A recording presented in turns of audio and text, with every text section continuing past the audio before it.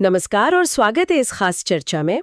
आज हम भारतीय संविधान के एक ऐसे हिस्से पर बात करने जा रहे हैं जो बेहद महत्वपूर्ण है, लेकिन शायद उस पर उतनी बात नहीं होती।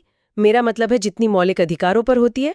हम बात कर रहे हैं मूल कर्तव्यों यानी फंडामेंटल ड्यूटीज की। बिल्कुल। और हमारे पास जो स्रोत हैं वे मुख्य रूप से प्रतियोगी परीक्षाओं की तैयारी वाली सामग्री हैं, नोट्स हैं।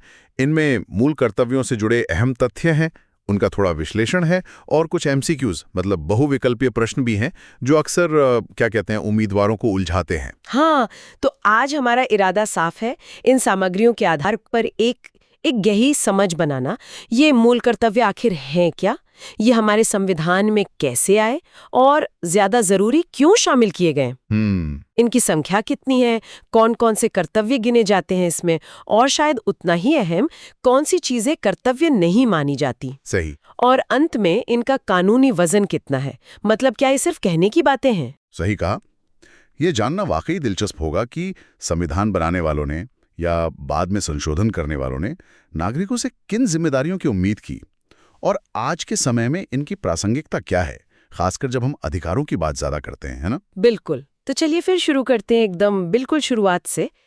क्या ये मूल कर्तव्य हमेशा से थे हमारे संविधान में, मतलब 1950 से ही? नहीं नहीं, ये एक बहुत महत्वपूर्ण बात है। ये याद रखनी चाहिए, खासकर परीक्षा के नजरिए से। जो मूल संविधान था ना 1950 में जो लागू हुआ, उसमें नागरिकों के लिए मूल कर्तव्यों का कोई जिक्र नहीं था। उसमें केवल मौलिक अधिकार थे और राज्य के लिए वो नीति निदेशक तत्व थे बस। अच्छा, तो फिर ये बाद में जोड़े गए, इसके पीछे क्या सोच थी, कोई खास वजह? हाँ, इन्हें काफी बाद में जोड़ा गया। इसके पीछे एक समिति की सिफारिशें थीं, स्वर्ण सिंह समिति। जैसा कि नोट्स में बताया गया है, इस समिति का गठन 1976 में किया गया था और इसी ने सिफारिश की थी कि भाई संविधान में नागरिकों के मूल कर्तव्यों का एक अलग अध्याय होना चाहिए। ओ 1976, वो इमरजेंसी वाला दौर था, है ना? हाँ हाँ बिल्कुल। ये वो दौर था जब देश में आपातकाल लगा हुआ था और शायद उसी माहौल में नागरिकों की जिम्मेदारियों पर ज्यादा जोर देने की जरूरत महसूस की गई। ये एक अहम संदर्भ है बिल्कुल। तो स्वर्ण सिंह समिति की सिफारिशों को कब और कैसे संविधान में शामिल किया गया फिर? इन सिफारिशों के आधार पर 1976 में 42वां संविधान संशोधन अधिनियम पारित किया गया। ये संशोधन तो खैर बहुत व्यापक था। इसने संविधान में कई बदलाव किए। हाँ, उसे तो मिनी कॉन्स्टिट्यूशन भी कहते हैं शायद। बिल्कुल। तो उसी बड़े संशोधन में से एक था मूल कर्तव्यों को जोड़ना। इसके लिए संविधान में एक नया भाग जोड़ा गया, भाग 4A मतलब 4 क, और एक नया अनुच्छेद 51A 51 क। और ये संशोधन और इस तरह ये मूल कर्तव्य 3 जनवरी 1977 से लागू हुए। अच्छा, और क्या इस विचार की प्रेरणा कहीं और से ली गई थी? मतलब क्या किसी और देश के संविधान में भी ऐसा कुछ था? हाँ, सामग्री के मुताबिक इसकी प्रेरणा मुख्य रूप से पूर्व सोवियत संघ यूएसएसआर के संविधान से ली गई थी, जहां नागरिकों के अधिकारों के साथ साथ उनके कर्तव्यों पर भी जोर दिया गया था। हालांकि ये ध्यान रखना जरूरी है कि भारतीय संविधान ने इसे अपने ढंग से अपनाया, मतलब कॉपी पेस्ट नहीं किया। दिलचस्प। तो जब 1977 में ये लागू हुए, तब कितने कर्तव्य थे और क्या ये संख्या उतनी ही है आज भी? नहीं, जब इन्हें पहली बार 1976 के संशोधन से शामिल किया गया तब कुल 10 मूल कर्तव्य थे। लेकिन बाद में साल 2002 में एक और महत्वपूर्ण संशोधन हुआ, 86वां संविधान संशोधन अधिनियम। हाँ, 86वां, वो शिक्षा के अधिकार वाला? बिल्कुल। उसी संशोधन ने शिक्षा के अधिकार को मौलिक अधिकार बनाया और साथ ही एक 11वां मूल कर्तव्य भी जोड़ा। तो यानी आज की तारीख में भारतीय संविधान के अनुच्छेद 91A के तहत कुल 11 मूल कर्तव्य है। चलिए अब इन पर थोड़ी विस्तार से बात करते हैं। इन्हें एक एक करके गिनने के बजाय शायद हम इन्हें कुछ ग्रुप्स में बांटकर देखें। याद रखना आसान होगा। जो ध्वज और राष्ट्रगान का आदर करें। इसी समूह में हम उस कर्तव्य को भी रख सकते हैं जो स्वतंत्रता के लिए हमारे राष्ट्रीय आंदोलन को प्रेरित करने वाले उच्च आदर्शों को हृदय में संजोए रखने और उनका पालन करने की बात करता है। ठीक है, ये तो हुए राष्ट्र के आदर्शों और प्रतीकों के प्रति सम्मान की बात। और क्या है? दूसरा समूह शायद राष्ट्र की एकता और सुरक्षा से जुड़ा है।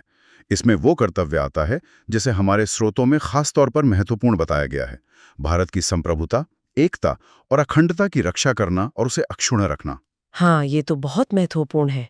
और इसी से जुड़ा है चौथा कर्तव्य, देश की रक्षा करना और आह्वान किए जाने पर राष्ट्र की सेवा करना। आह्वान किए जाने पर ये शब्द अहम लग रहा है। इस पर हम शायद बाद में और बात करेंगे, जब हम देखेंगे कि क्या कर्तव्य नहीं है। हाँ बिल्कुल।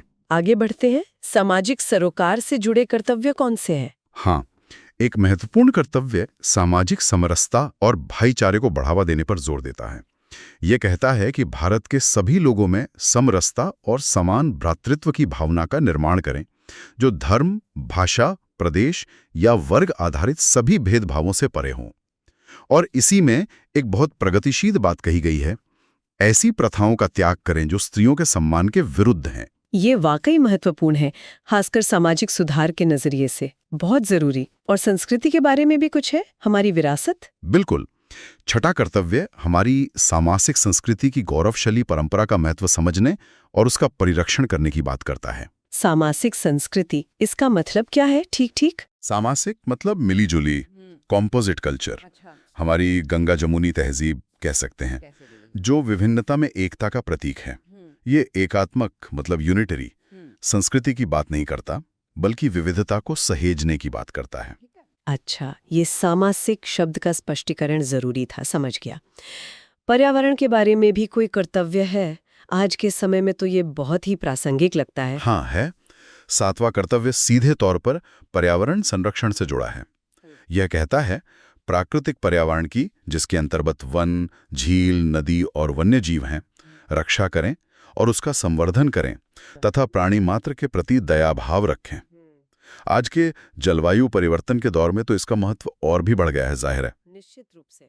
और व्यक्तिगत विकास या कहीं की सोच को लेकर कोई कर्तव्य? हाँ, आठवां कर्तव्य वैज्ञानिक दृष्टिकोण, मानववाद और ज्ञानार्जन तथा सुधार की भावना का विकास करने की बात करता है। ये एक तरह से नागरिक को तर्कसंगत और प्रगतिशील बनने के लिए प्रेरित करता है, एक बेहतर नागरिक बनने की दिशा में। और सार्वजनिक जीवन में नागरिक व्यवहार कैसा हो, इस पर कुछ? इसके लिए 9वां कर्तव्य है सार्वजनिक संपत्ति को सुरक्षित रखें और हिंसा से दूर रहें। और 10वां कर्तव्य व्यक्तिगत और सामूहिक दोनों स्तरों पर उत्कृष्टता मतलब एक्सेलेंस हासिल करने का प्रयास करने को कहता है, ताकि राष्ट्र लगातार आगे बढ़ता रहे। और आखिर में वो 11वां कर्तव्य जो 2002 में जोड़ा गया था, वो क्या था? हाँ, वो 86th संशोधन से आया। ये कहता है कि यदि कोई माता पिता या संरक्षक हैं, तो उसका ये कर्तव्य होगा कि वह 6 से 14 वर्ष तक की आयु वाले अपने बच्चे या प्रतिपाल्य वार्ड को शिक्षा के अवसर प्रदान करें। यह शिक्षा के अधिकार जो अनुच्छेद 21A है, उसका पूरक है एक तरह से। ठीक है, तो ये तो हुए वो 11 कर्तव्य जो संविधान के अनुच्छेद 51A में दिए गए हैं। लेकिन जैसा आपने शुरू में इशारा किया था, कई बार कन्फ्यूजन होता है। प्रतियोगी परीक्षाओं में या आम समझ में भी अक्सर ये भ्रम होता है कि कुछ और चीजें भी शायद मूल कर्तव्य हैं।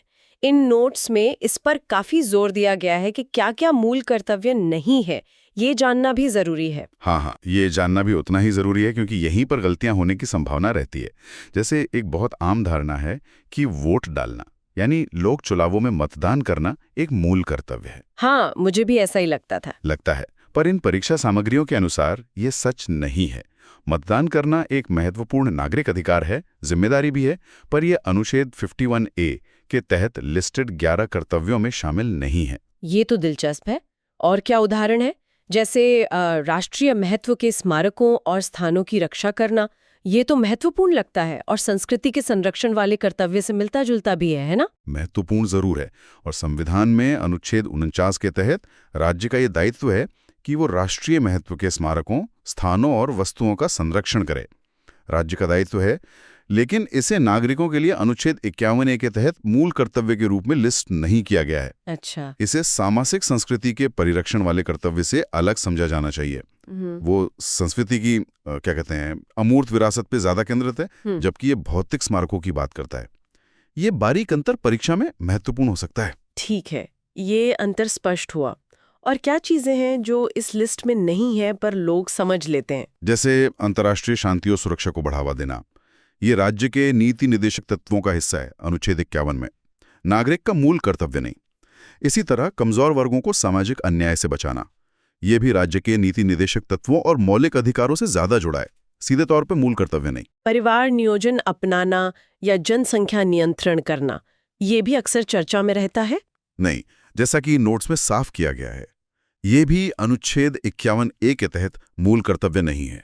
ग्राम एवं कुटीर उद्योगों को प्रोत्साहन देना, ये गांधीवादी सिद्धांत लगता है। हाँ, ये राज्य के नीति निदेशक तत्वों में है, अनुच्छेद 43 में, लेकिन मूल कर्तव्य नहीं। अब आते हैं उस बिंदु पर जिसका आपने पहले जिक्र किया था, सैन्य सेवा।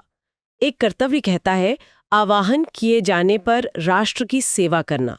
तो क्या इसका मतलब है कि अनिवार्य सैन्य सेवा प्रदान करना एक मूल कर्तव्य है? यहाँ पर भाषा का फर्क समझना बहुत जरूरी है।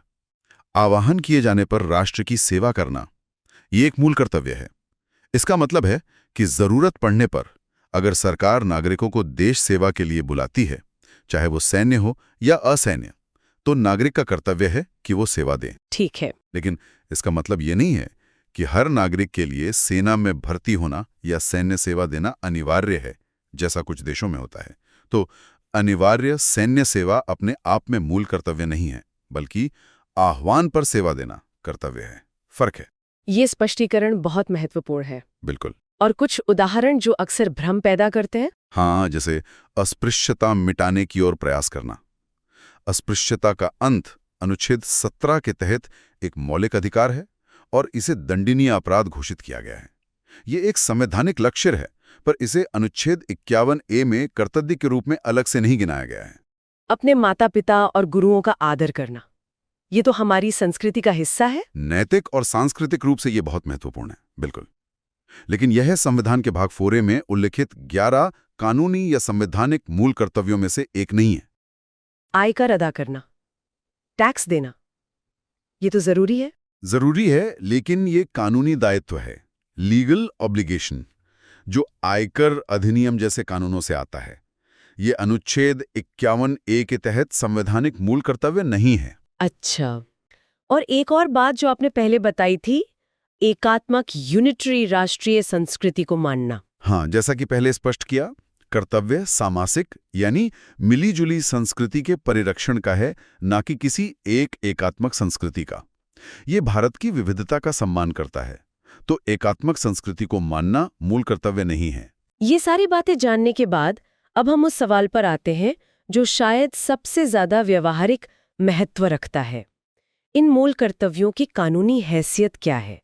क्या इन्हें अदालतों द्वारा लागू करवाया जा सकता है, जैसे मौलिक अधिकारों को करवाया जा सकता है? हाँ, ये एक कीलक पहलू है और इन नोट्स में इस पर खास ध्यान दिया गया है। सीधा जवाब है नहीं। मूल कर्तव्य न्यायालय द्वारा सीधे तौर पर प्रवर्तनीय, मतलब एनफोर्सेबल नहीं है। इसका मतलब है कि अगर कोई नागरिक इन कर्तव्यों का पालन नहीं करता है, तो आप सीधे अदालत जाकर रिट याचिका के जरिए उसे ऐसा करने के लिए मजबूर नहीं कर सकते, जैसा कि आप मौलिक अधिकारों के हनन के मामले में अनुच्छेद 32 या 226 के तहत कर सकते हैं। तो क्या इनके उल्लंघन पर संविधान में किसी तरह की सजा या दंड का प्रावधान है? नहीं, संविधान खूब इनके उल्लंघन पर किसी दंड का प्रावधान नहीं करता है। इसीलिए इन्हें गैर न्यायोचित नॉन जस्टिशिएबल कहा जाता है। इन्हें सीधे तौर पर कानूनी शक्ति या लीगल सैंक्शन प्राप्त नहीं है। तो फिर सवाल उठता है कि क्या ये सिर्फ नैतिक उपदेश या राजनीतिक आदर्श बनकर रह जाते हैं, जिनका कोई वास्तविक कानूनी वजन नहीं है? देखिए, ऐसा सोचना भी पूरी तरह सही नहीं होगा। हाँ, ये सीधे लागू करने योग्य नहीं है, लेकिन इसका मतलब ये नहीं कि इनका कोई कानूनी महत्व ही नहीं है। सामग्री एक बहुत महत्वपूर्ण बात बताती है। संसद को यह अधिकार है कि वो मूल कर्तव्यों में से किसी के पालन को सुनिश्चित करने के लिए कानून बना सकती है। अच्छा। और अगर संसद ऐसा कानून बनाती है, तो उस कानून के उल्लंघन पर दंड का प्रावधान भी कर सकती है। ओह, तो मतलब संविधान सीधे दंड नहीं देता, लेकिन संसद कानून बनाकर इन्हें अप्रत्यक्ष रूप से लागू करवा सकती है। क्या इसका कोई उदाहरण है या कोई हाइपोथेटिकल स्थिति? हाँ, एक स्रोत में एक काल्पनिक स्थिति का उदाहरण दिया गया है।